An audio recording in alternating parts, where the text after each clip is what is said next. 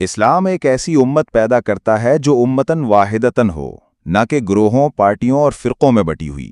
مگر افسوس، آج امت مسلمہ قرآن کو پڑھتی ہے، رسول صلی اللہ علیہ وآلہ وسلم کی محبت کے نعرے لگاتی ہے، مگر انہی کے نام پر ایک دوسرے کے خلاف نفرت، تکفیر اور تفرقے میں مبتلا ہے۔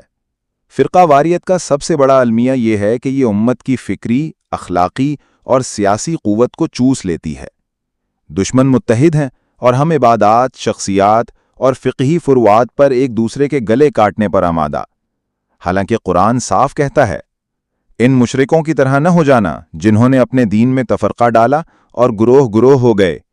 آج ہم ایک دوسرے کی حق بات بھی فقط اس لیے تسلیم نہیں کرتے کہ اس کا تعلق دوسرے مسلک سے ہے۔ یہ تعصب اتنا بڑھ چکا ہے کہ آج دین دوسرے نمبر پر ہے، اپنا مسلک پہلے نمبر پر۔ پہلے انسان اپنے مسلک کا مناظرہ باز ہوتا ہے، پھر دوسرے نمبر پر دین کا۔